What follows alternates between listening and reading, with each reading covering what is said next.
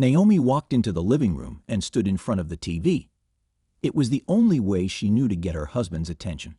"Honey, you're blocking my view. Can you move, please?" "No, damn it. You will give me a moment of attention, whether you like it or not." But this is the curse of Oak Island.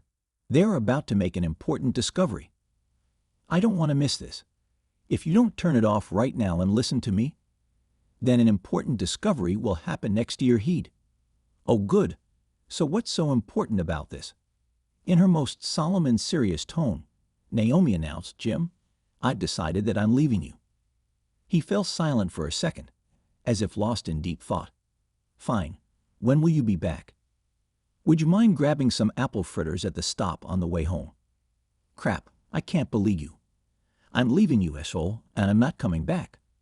"Oh, very bad. Good luck." "I'll miss you. Now, can I get back to my show? And it's all more than 10 years of marriage, and my leaving mean nothing to you? Are you going to say anything else?"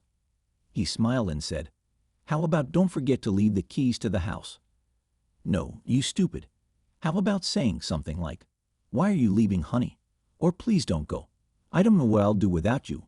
Or even 'Fuck you and the horse you rode' is just something that shows that you ever cared about me.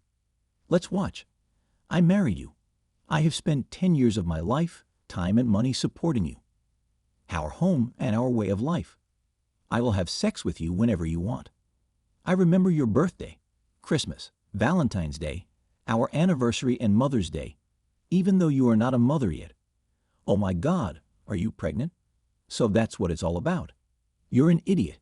How could you believe that I would leave you if I was pregnant? Well, if it weren't my child, you could. If it weren't your child, are you accusing me of cheating on you? How dare you? How could I stay with such a pathetic slug like you for so long? Well, it looks like my guess was a reasonable conclusion. Let's see. You're dropping a bomb on me out of the blue by leaving. You don't give a reason why you're leaving. One possible option could be that you have found and want to be with another man. If you were with another man, then you probably already had sex with him, which means that you could be pregnant from him. I think my guess was a very logical conclusion. I'm not dating another man, but given the lack of interest in my departure, I'll definitely start looking. Before you go, can I ask a question? You're finally showing some interest. Continue. Would you mind if I met your sister after you leave? What? You want to date my sister? Where in your weak brain did you even come to the conclusion that my sister would want to date you?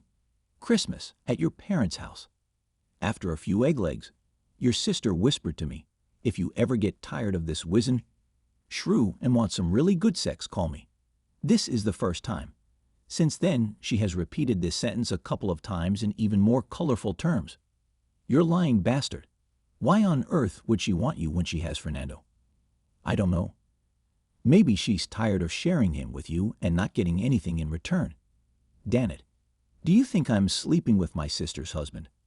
I doubt sleeping is something you and him do in bed, although I wonder why he still wanted you after the first time. You dirty pig. Why wouldn't he or any other man want me? People pester me all the time.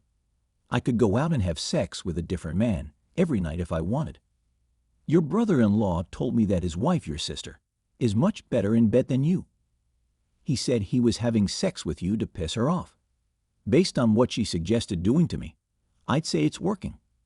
Jim, you're just making this up to get back at me for leaving you. You have absolutely no evidence that I had sexual relations with Fernando or any other man. Jim reached into the side pocket of his chair and pulled out a padded envelope with a clasp. Look at this envelope. The divorce papers are only a few pages long. In the rest of the photographs, you are out of bed with those who are not at all like me, your husband. I must admit that I had a hard time choosing the best of the best for my divorce lawyer.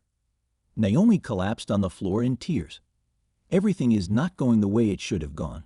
Well, if you had given me the script, I might have followed it, just to satisfy my curiosity. How was this supposed to go? You should have been upset, furious. You should have asked me for forgiveness and asked what I needed to change my mind. Finally, I would tell you that I need to be alone for a while. Then I'd go have fun with a couple of different men for a few weeks after, which you'd welcome me with open arms. I'm sorry I ruined your plans, my dear. Need some help carrying your bags to your car? Jim, don't you really have any desire for me to stay? Didn't our years together mean anything to you? I remember a lot of good times, is not it? Couldn't we at least think about seeing the psychologist? I will stop dating other men. I promise. I'll tell you what, you will go through your school of sex, but not with me. When you get to the point where men actually come back to you again and again, let me know, and I'll see what you've learned. When did you become such a vindictive bastard? The day I found out you were in bed with your brother-in-law. 2 years later, I already told you girls, no harassment in my bar. I'm not working tonight. I came to see my ex-house band. Naomi, is that you under all that makeup? Of course, Jim, how are you doing? Not bad. What has changed about you besides your makeup and wardrobe? Now I am the goddess of sex. Isn't this what you wanted? Have you found a sex school? Something like that. I made a deal with local call girls to learn how to please a man in exchange for having sex with him for a year. My year is over. Jim grinned. You came back just to show me how much better you are in bed now to her. How do you know I haven't gotten married or had a girlfriend since I got rid of your sorry ass? First of all, you don't wear rings, plus you wouldn't refuse free sex, even if you were married. If you stopped providing services, then why are you all so made up? I wanted you to see me at my best. That and the fact that I no longer have a decent wardrobe. I was hoping you could help me with this. So you think we'll have sex and I'll be so impressed that I'll take you back and we'll go back to living together? Yeah, you get one free sample. Shall we return to our old house? No, too far. I often use the hotel next door. I get a discount. They walk to a nearby hotel and enter at a room. Well, Naomi, show me what you've learned. That's exactly what I'm going to do. Somehow the revelation of her body parts felt more exotic than ever before. Her movements made him excited to see and touch more of the body he was so familiar with. He wanted her, and he wanted her very much. She gave him access to her parts piece by piece. She dictated the pace and wound it tighter than an old pocket watch. When it was all over, he felt empty and exhausted. Wow, I have to admit that it was the best sex we've ever had. Naomi, you really have improved. You win. You can come back whenever you want. I have a problem with this, Jim. Exactly? My standard of what I consider good sex has been raised by my experiences with many men. No offense, but you need to get better in bed. Try to find a sex school for men. Jim lay there in shock while Naomi got dressed. See you in a couple of years. Naomi got up and left.